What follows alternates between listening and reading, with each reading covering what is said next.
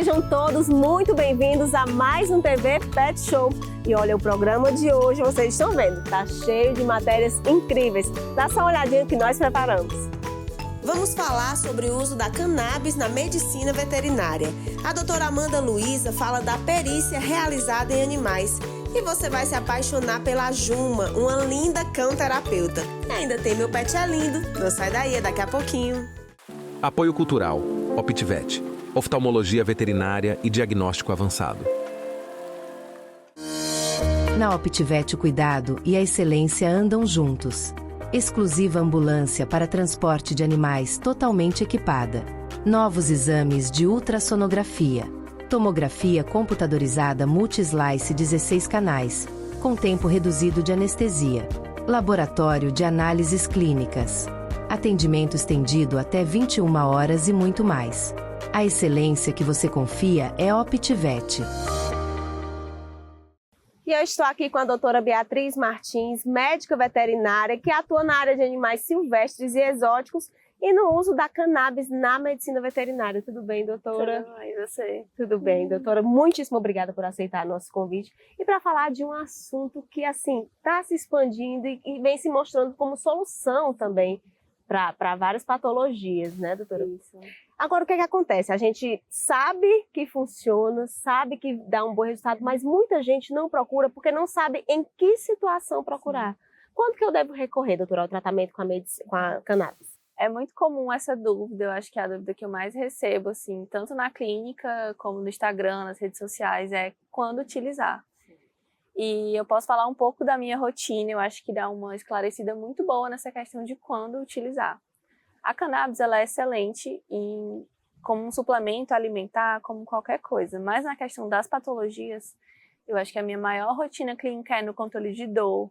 Então, animal que tem uma displasia de quadril, tem algum tipo de dor, é muito comum os animais atualmente terem essas dores articulares, até porque eles estão vivendo mais tempo, a gente está tendo esse cuidado maior.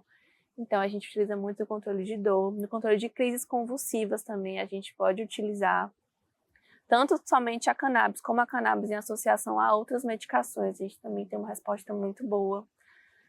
Mas eu acho que atualmente as minhas duas maiores rotinas são animais com a que a gente chama de Alzheimer canino, que é a disfunção cognitiva do cão idoso.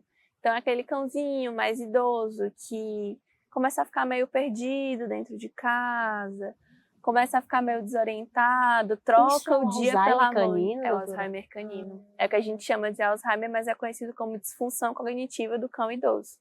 Então, ele troca o dia pela noite, tem um horário que ele começa a andar perdido pela casa. É uma das minhas principais casuísticas no momento. E também animais com reatividade, que tem uma questão de serem mais reativos a outros cães, a pessoas, a animais realmente muito ansiosos. Doutora, então quer dizer que os benefícios realmente é esse, ele vai, tipo, restituindo, a gente pode dizer, vai reconstruindo, vai dando qualidade de vida. Isso, ela dá qualidade de vida. Por exemplo, no caso de Alzheimer canino, ela trata essa questão da ansiedade, que essa disfunção cognitiva já traz para o animal. A cannabis, como muita gente acha que a cannabis, ela queima neurônio. Na verdade, ela é neuroprotetora, ela protege os neurônios. Então, às vezes, ela impede que esse dano nervoso seja muito extenso, ela tenta barrar isso. Então, também eu trato muito animais que têm algum tipo de neoplasia. Então, eles fazem tratamento com a quimioterapia, mas a quimioterapia deixa muitas sequelas, o animal fica mais quietinho, tem vômitos, então a gente também utiliza a cannabis nesses casos. Então, a cannabis, ela pode ser um tratamento principal, mas ela também ajuda, é como se fosse um auxílio a outros tratamentos, né? E qualquer animal pode usar, doutora? Qualquer animal. Cães, Você gatos. que é médica de animais silvestres exóticos deve responder bem isso, né? Cães, gatos, calopsitas, papagaios, coelhos, é muito comum a gente utilizar. Em coelhos é mais pela questão de dor, porque a gente tem coelhinhos mais idosos, então a gente utiliza bastante no controle de dor. Em aves, pela questão de arrancamento de penas, a gente também pode utilizar, então a gente tem N possibilidades de utilização. Eu fico encantada, sempre que eu falo de cannabis eu fico encantada, principalmente quando a gente vê o resultado, né, doutora? Acho que você deve ter essa satisfação sempre, né, de acompanhar um animal que chega sofrendo e depois você vê ele com qualidade de vida. Mas, doutora, ainda existe preconceito? Ou não? As pessoas já vão lhe procurar já? Tem muita gente que me procura, já entende, tem essa questão de visão, mas ainda não é nenhum preconceito. Tem um receio de, eu não sei como é que meu animal vai fazer. Tipo, ele vai comer a planta, o que é que ele vai fazer para utilizar. Como é o tratamento? Como né? é o tratamento. E o tratamento é um óleo, pinga na boquinha do animal ou pinga na comida, é bem tranquilo, assim. Doutora, muitíssimo obrigada por disponibilizar seu tempo e vir aqui falar sobre esse assunto que é fantástico, assim, cada vez mais encantando as pessoas. E antes de encerrar, por favor, fale suas redes sociais para quem quiser acompanhar seu trabalho. Bom, vocês podem me seguir pelo Instagram, é @vet.beatrizm. Lá eu posto muita coisa sobre cannabis medicinal, sobre animais silvestres também. Então, se você gostou e tem interesse, é só seguir por lá. Obrigada, doutora. De nada.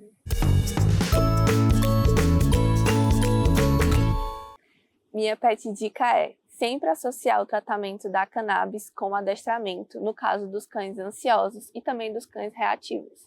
Que assim a gente consegue promover uma maior qualidade de vida tanto para o paciente quanto para o seu tutor.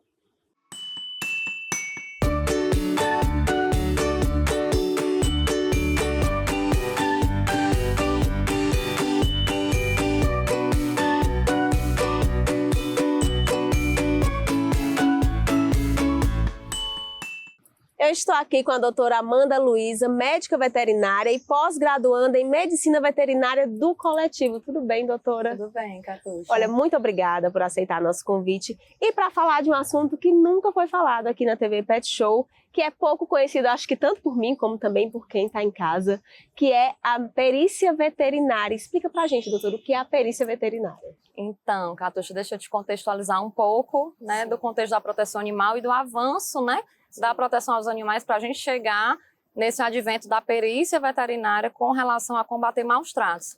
Então, a gente teve todo um advento, né, da construção, da senciência, que os animais são sencientes, que os animais têm capacidade de sofrer e de sentir.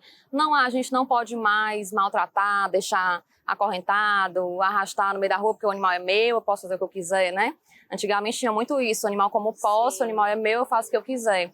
Então, hoje a gente já vem desconstruindo isso socialmente, eticamente falando, mas também em forma de leis. Nós tivemos a última alteração em 2020, a Lei Sanção, devido ao pitbull que foi decepado, e vários casos muito agressivos, né, que os animais passaram, de crimes contra os animais, foram amadurecendo as leis e amadurecendo a consciência da sociedade. Então, nesse contexto, em 2018, que foi criada no Ceará a Delegacia de Proteção ao Meio Ambiente, a DPMA, na qual já é uma delegacia de polícia civil que combate maus tratos com os animais, porém, o médico veterinário, ele é o principal atuante disso, né? A gente precisa ter um profissional médico veterinário para estar na diligência de flagrantes e atestar, laudar, né? Fazer o exame pericial, um exame clínico, mas com enfoque pericial para atestar se tem maus tratos ou não naquele animal e naquele caso de denúncia. Doutora, então assim, no caso de denúncia, de maus tratos, de negligência ou até do crime mesmo, a polícia vai, mas tem que ir um médico veterinário junto, né? Sim. Para fazer, essa é a perícia veterinária. Sim. O perito veterinário, ele é necessário, né, nessas diligências de maus tratos contra os animais. A gente ainda não tem perito oficial no Ceará, na polícia, né? Então, termina que os veterinários são nomeados de forma extraoficial, aquele perito ad hoc que a gente chama. Então, termina que a gente vai de forma voluntária mesmo, né, em parceria com a delegacia para laudar e para não deixar que aquele caso se perca por conta de falta de prova. A gente tem o relatório pericial do médico veterinário. O exame de corpo de delito, ele é feito também em animais? Ou ele é um termo só humano? Ele é um termo que veio da medicina humana, assim como medicina legal, a medicina veterinária legal é um ramo. A medicina veterinária legal também é um ramo dentro da medicina veterinária do coletivo, né? Que o coletivo é o quê? A gente está na coletividade, a gente tem hoje em dia a relação humano e animal em forma mais equilibrada. Então, a gente tem a medicina de abrigos, a gente tem a medicina de desastres dentro da medicina do coletivo. Então, a medicina veterinária legal não deixa de ser também um leque, uma vertente disso, né? Mas mais para esse lado forense, né? É também uma área afim de patologia, da necrópsia, mas o exame de corpo de delito é o exame ainda do animal em vivo. Sim. É um exame clínico, mas que a gente vai olhar, as lesões, os tipos de lesão, e é a mesma coisa.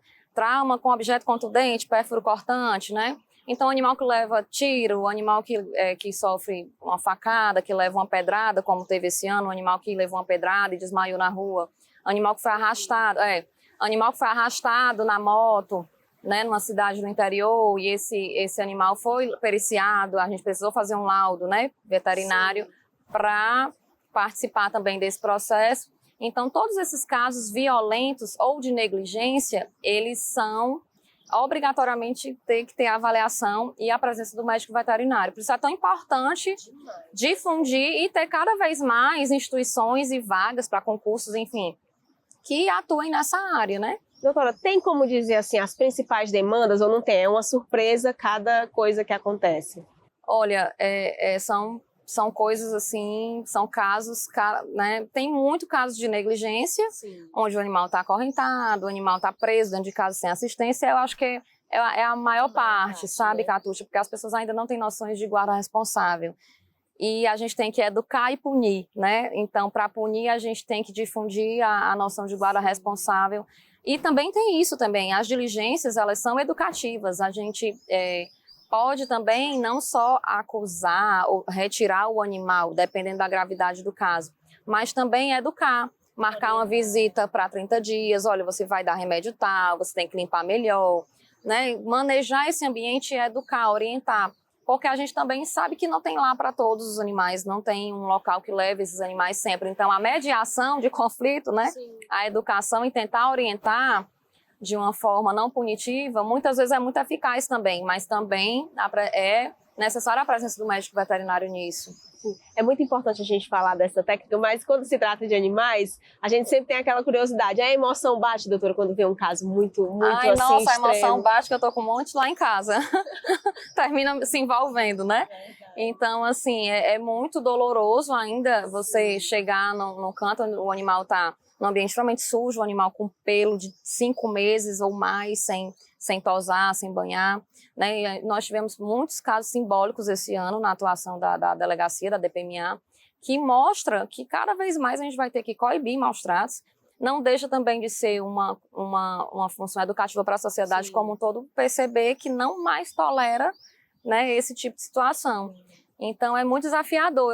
Eu nunca quis atuar em polícia, né? Eu sempre fui muito medrosa. Mas foi indo e aí, de tanto ser da proteção, né, ser uma veterinária misturada com proteção e ter muitos animais, sempre lutar, sempre ser um pouco mais protetora, eu caí nisso de paraquedas esse ano e terminei me encantando pela perícia, pela medicina veterinária legal, além da medicina veterinária do coletivo, que é minha paixão, os meus gatinhos, as minhas castrações, né? Doutora, muitíssimo obrigada por aceitar nosso convite. Agora, antes de encerrar, fala suas redes sociais para quem quiser acompanhar o seu trabalho. A rede social que eu estou usando, né, com mais afinco, né, nesse momento que eu perdi a minha conta, é a Casa Multipatas. Lá eu falo da minha rotina com meus animais, que eu moro num sítio com mais de 50 animais resgatados. É um porquinho com deficiência, é um bode, jumento, cachorro, gato. Então, eu tento, né, falar da parte técnica e também romantizando a minha vida pessoal, uma veterinária que mora num sítio, então é @Casa Multipatas. Obrigada, doutora, mais uma vez. A minha pet dica de hoje é que cada um de nós podemos ser um transformador na vida de qualquer animal, difundindo noções de guarda responsável, cada um de nós podemos ser um protetor de animal. Nós já temos a delegacia especializada contra maus tratos, que a gente pode denunciar, porque maus tratos é crime.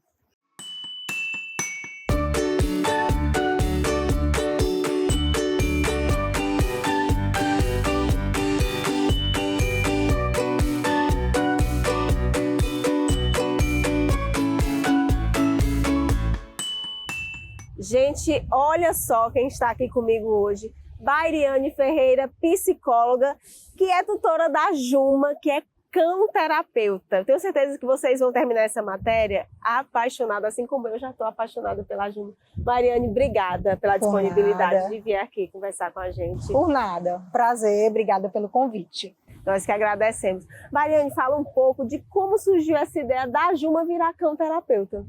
Pronto, né? A ideia surgiu a partir de uma necessidade que eu verifiquei nas escolas. Eu sou psicóloga escolar e a gente percebe essa necessidade nas escolas de estratégias de reguladores emocionais, certo? Então, observando o temperamento da Juma em casa, observando o quanto ela é terapêutica, eu percebi que poderia ser possível.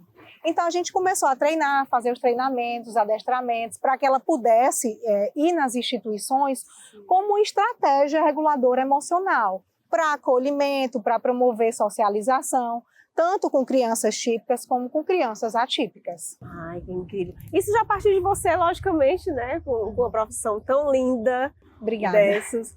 E aí, ela já é adestrada, era isso que eu ia perguntar. Ela foi adestrada ou é porque ela é dócil mesmo? Ela é dócil, né? Já veio dócil, ela é dócil, ela é carinhosa, ela é carente, então enquanto você estiver passando a mãozinha nela, ela vai estar aqui, ela gosta desse carinho. Então eu também percebi que isso poderia ser bom para ela. Mas sim, ela segue sendo adestrada. Ela segue sendo acompanhada por um adestrador para que a gente esteja sempre aperfeiçoando e treinando ela nos mais diversos ambientes, estímulos, porque a intenção é que a gente possa levá-la para mais lugares. Então a gente treina com mais barulho, com crianças mais ou menos agitadas, com pessoas mais ou menos agitadas, para que quando ela esteja nessas situações, ela possa já estar adaptada. Ah, então para se acostumar com várias situações. Exatamente. Né? E quais são os benefícios desse contato, assim, para as crianças, para os idosos, para quem passa pela terapia da Júlia? Pronto, os benefícios são muitos. Quem tem cachorro sabe que essa interação ela é maravilhosa e ela é realmente promotora de bem-estar. Os benefícios, a ciência já traz vários estudos de que esse contato com o animal, ele estimula os neurotransmissores de dopamina, de serotonina, que são neurotransmissores que dão aquela sensação de bem-estar, que dão a sensação de alegria, né, que promove essa sensação de alegria. Então, essa interação ela é terapêutica neste cunho. A própria interação, o próprio acariciar, passar a mão, ele pode ser terapêutico nesse cunho. Sim. Então, para as crianças, e dentre outras crianças que têm uma dificuldade de socialização, o animal ele acaba mediando, porque a criança ela vai querer fazer parte desse contato, então ela acaba participando de momentos de socialização. As crianças que têm dificuldade de mobilidade, elas vão querer alcançar, elas vão querer passear, elas vão querer alimentar, dar água, que tudo isso a gente faz nessa visita. Faz um passeio, deixa que a criança ofereça um petisco, deixa que a criança ofereça água. Então, é promotor, inclusive, das questões sociomotoras, né? Para as crianças que possam ter dificuldade. E ela também faz uma série de brincadeiras. Então, até a própria chegada dela na instituição, por ser novidade, traz todo aquele calor e aquela alegria. E o encantamento. Olha, eu estou concordando aqui com tudo que a Bairane está falando, por quê? Hoje eu trabalho também em um espaço que oferece tratamento multidisciplinar gratuito para crianças com TEA, né? Transtorno do espectro autista. E como foi que eu conheci a Juma? Ela foi visitar e tudo isso que a Bairane está falando aconteceu de fato. Primeiro foi aquele encantamento tanto dos pais quanto das crianças, né? Foi uma festa e eu percebi crianças que tinham traumas severos com animais. No final da visita estavam abraçando mesmo, e eles abraçam com vontade e ela fica assim, nessa calmaria. Crianças indo até ela, aí deram água, né, comidinha, essa interação. Foi incrível, olha, é super válido. E aí, diante disso, nós recebemos essa visita e tá todo mundo querendo, viu? As mães dos outros dias... Volta, não tem problema. As mães dos outros dias querem, eu também quero a visita da Juma, as crianças perguntando se vai ter nova visita. Porque para ela realmente é um prazer, tá? Eu jamais faria isso sem perceber que para ela é benéfico. Então ela já sai de casa alegre. Quando ela chega, ela fica empolgada para entrar. E aí a gente, né, você que viu, ela já chega nos lugares, ela já deita. E fica lá preparada para receber as pessoas, as passadinhas de mão. Então, aquilo para ela é prazeroso também.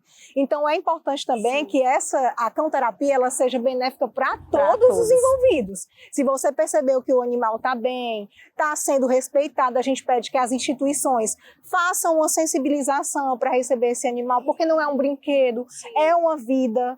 Então, tem que ser zelada, tem que ser cuidada, amada. Então, tem todo esse benefício para todos os envolvidos. Para mim também, que fico muito feliz de ver essa interação, de poder promover essa interação.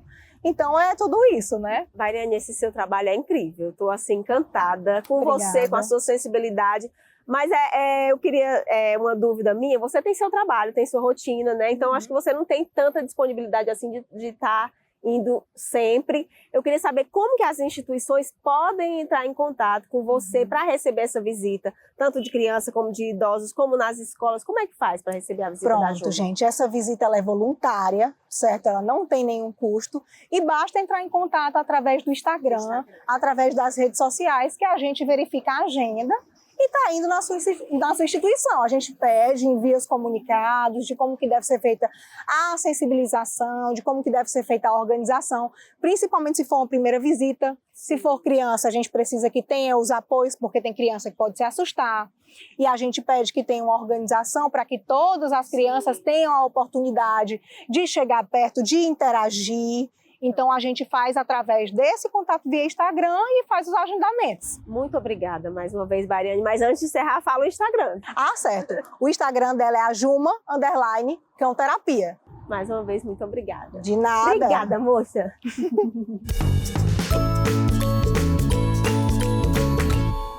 Olá, a minha pet dica de hoje é: para você que é pai, para você que é mãe, tenham animais de estimação em casa. Essa relação do animal, principalmente com a criança, é muito benéfica e contribui para o desenvolvimento.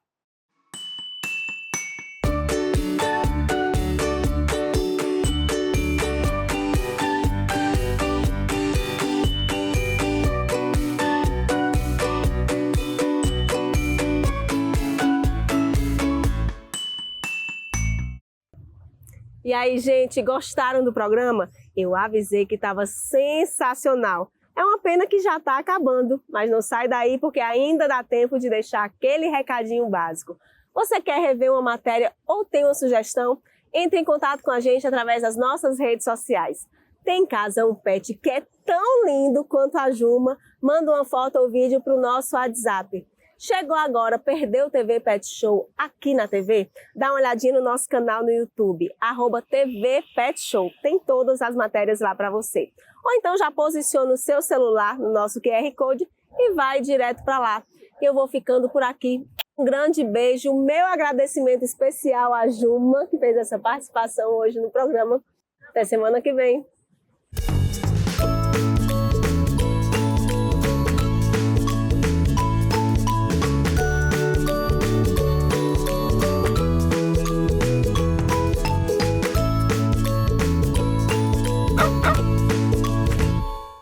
Apoio Cultural, OptiVet, oftalmologia veterinária e diagnóstico avançado. Na OptiVet o cuidado e a excelência andam juntos. Exclusiva ambulância para transporte de animais totalmente equipada. Novos exames de ultrassonografia. Tomografia computadorizada multi-slice 16 canais, com tempo reduzido de anestesia. Laboratório de análises clínicas. Atendimento estendido até 21 horas e muito mais. A excelência que você confia é OptiVet.